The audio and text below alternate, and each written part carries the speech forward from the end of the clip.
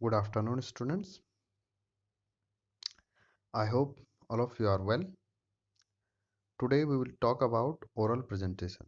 Okay, oral presentation is a formal way of speaking with a communicative purpose. This way of expressing one's ideas in a structured manner is used mostly in business or academic situations. That means basically an oral presentation क्या है कि जब हम किसी business purpose से या किसी academic purpose से अपनी बात रखते हैं या अपने विचार रखते हैं या पर्टिकुलरली हम किसी टॉपिक पर जब हम बात करते हैं किसी गैदरिंग में किसी मीटिंग में तो then it is called oral presentation. और इसमें हम PowerPoint presentation and overhead projector का इस्तेमाल भी कर सकते हैं। Then it is called an oral presentation, right. Okay, इसको आगे हम समझते हैं कि इसमें क्या क्या क्या चीज़ें और हम समझ सकते हैं।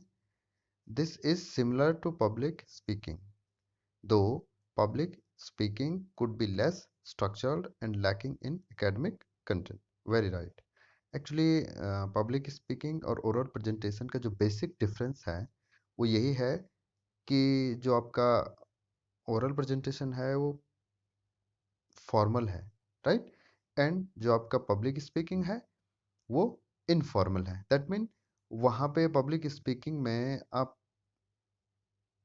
कह नहीं सकते या आप जानते नहीं हैं कि आपके साथ जो सुनने वाले हैं, जो लिसनर हैं, वो कौन है, कहाँ से आए हैं, कैसे हैं। ठीक, जैसे माना कोई पब्लिक लीडर जब भाषण देता है, राइट, तो बहुत सारे लोग वहां पर उसको सुन रहे होते हैं, तो that is called public speaking, right. Okay, आगे देखते हैं। However, both oral presentation and public speaking can be treated synonymously because the requisite skills are almost the same.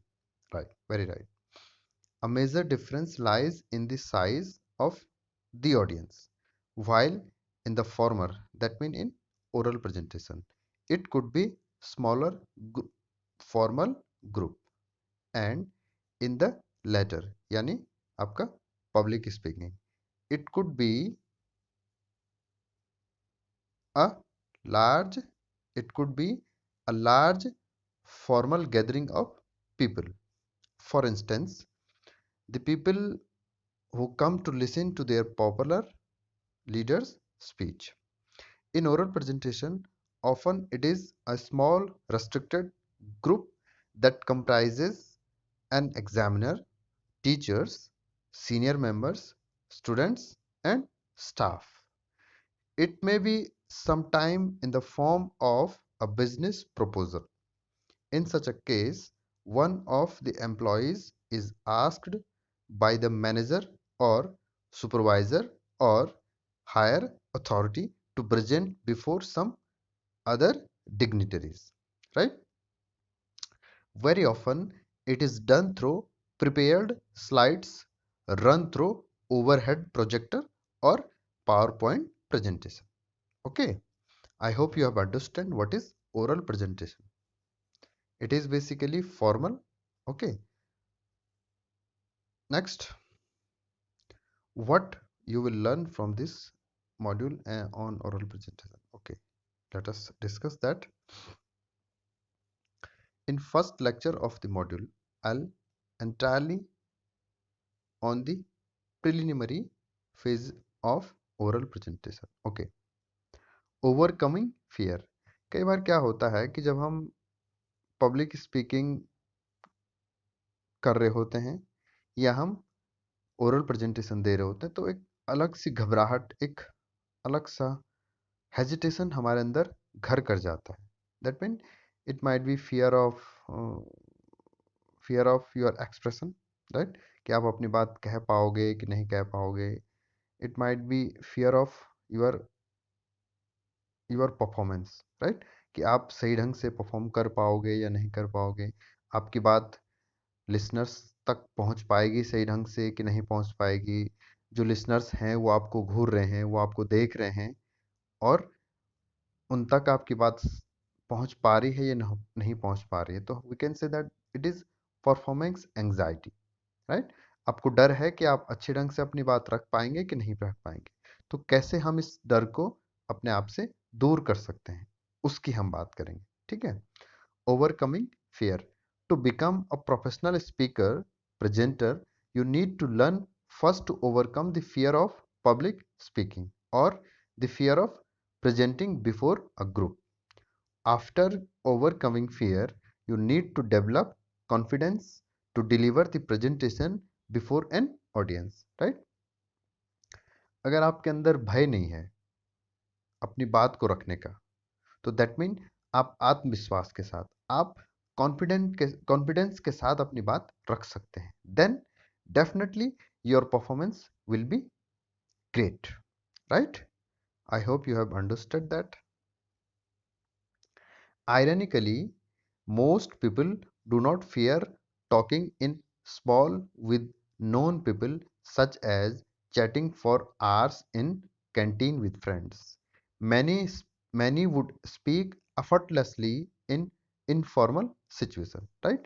हम जब भी अपने दोस्तों के साथ होते हैं या अपने दोस्तों को जब हम कुछ कहना चाह रहे होते हैं, उनके बीच हम गॉसिप कर रहे होते हैं, उनके बीच हम किसी मुद्दे पर किसी टॉपिक पर डिस्कस कर रहे होते हैं, तो without any hesitation we can express our thoughts in front of our friends, right? But वही व्यक्ति जो अपने दोस्तों के बीच अपनी बात को बहुत अच्छे ढंग से रख पा रहा था, जब किसी मीटिंग में किसी फॉर्मल गैदरिंग में जाता है, तो वह सही ढंग से अपनी बात को एक्सप्रेस नहीं कर पाता। That we need to understand, right. Many would speak effortlessly in formal situation, but the same people would fear to give a formal presentation, especially before an unfamiliar group. If compelled, they try to run away from the situation or turn into a jelly, right? Okay, that mean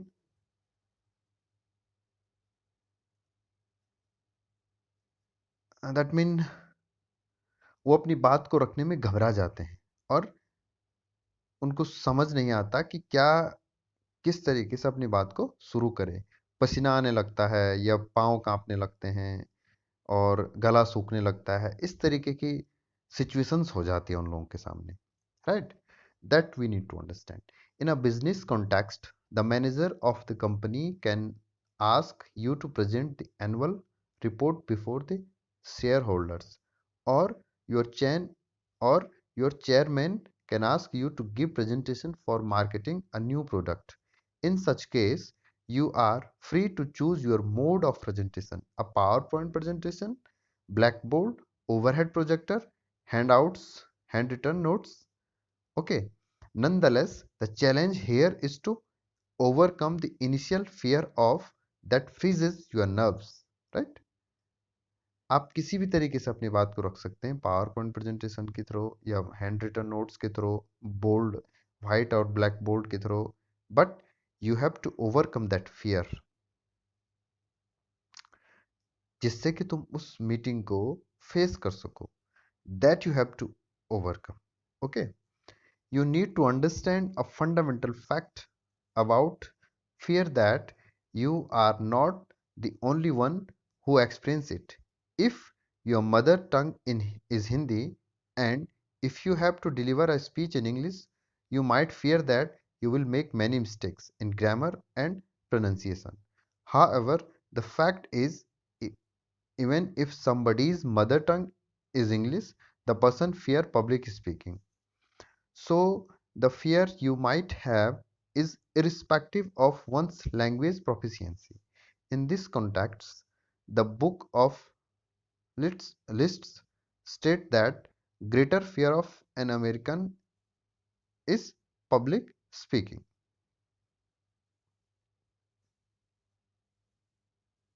So, it is interesting to know that so it is interesting to know that speaking before a group is the number one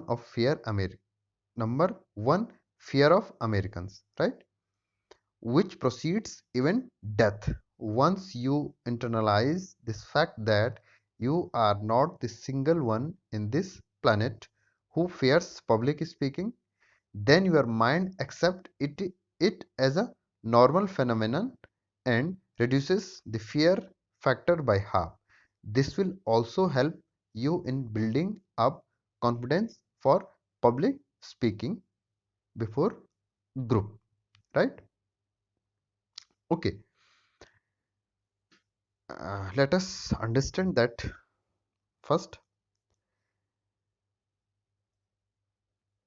basically हम डरते क्यों हैं? हम डरते इसीलिए हैं कि कहीं हमसे कोई गलती ना हो जाए, या कहीं लोग हमारा मजाक ना उड़ा दें, या हो सकता है जो मेरा एक्सेंट है, यानी मेरा किसी बात किसी शब्द को प्रोनाउंसिएट करने का जो तरीका है, कहीं लोग उस पर हंसे ना। तो कई सारी चीज़ें हमारे माइंड में चल रही होती, राइट? तो उन्हीं कारणों की वजह से हम डर से जाते हैं और हमारे अंदर एक हेजिटेशन का भाव पैदा हो जाता है। That mean which creates fear in our mind, right? In hesitation की वजह से ही हमारे माइंड में डर पैदा हो जाता है। एक बात मैं आपको और यहाँ पर समझाना चाहूँगा कि कहते हैं ना कि डर के आगे जीत है। तो उस डर को आप तभी दूर कर पाओगे जब आप उसको फेस करोगे, न कि उससे दूर भागकर। ऐसा नहीं है कि आपको पब्लिक स्पीकिंग से डर लगता है और आप दूर भागें उससे तो आप एक अच्छे स्पीकर हो सकते हैं, नहीं।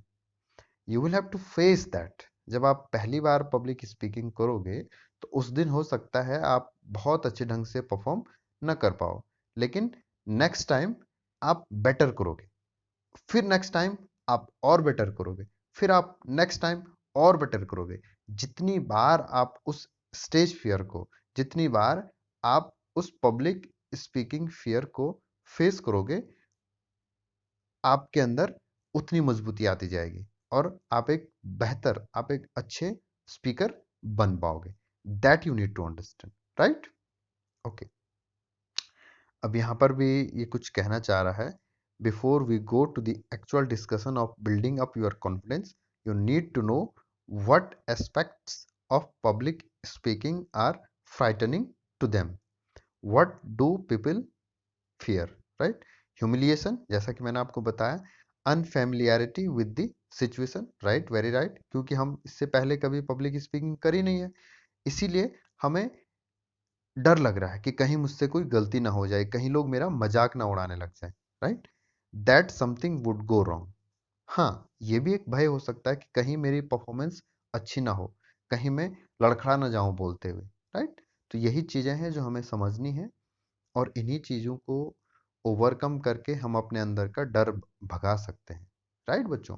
यही एक डर है जो हमें इंटरव्यू में भी अच्छा परफॉर्म करने से रोकता है। इंटरव्यू में भी हमारे सामने इंटरव्यूअर्स बैठे होते हैं, 3 से 4 लोग बैठे होते हैं, और उन लोगों के सामने जिनको हमने पहले कभी देखा नहीं, जिनको हम जानते नहीं, उनके सामने हमने अपने बारे में या अपने विचार, जो कुछ भी वो पूछते हैं, जो क्वेश्चंस अराइज होते हैं ड्यूरिंग इंटरव्यूज, वो हमें फेस करने होते हैं। तो वहां पर भी सेम भय हमारे अंदर होता है, सेम इसी प्रकार का डर हमारे अंदर होता है जो हमें अच्छा परफॉर्म करने से रोकता है। तो मुझे उम्मीद है कि आप लोग कुछ समझ पाए होंगे मेरी बातों को, जो कुछ भी हमने अभी तक इस क्लिप में समझा है। आई hope you have understood that better, and definitely I will be waiting for your feedbacks. Okay, thank you so much for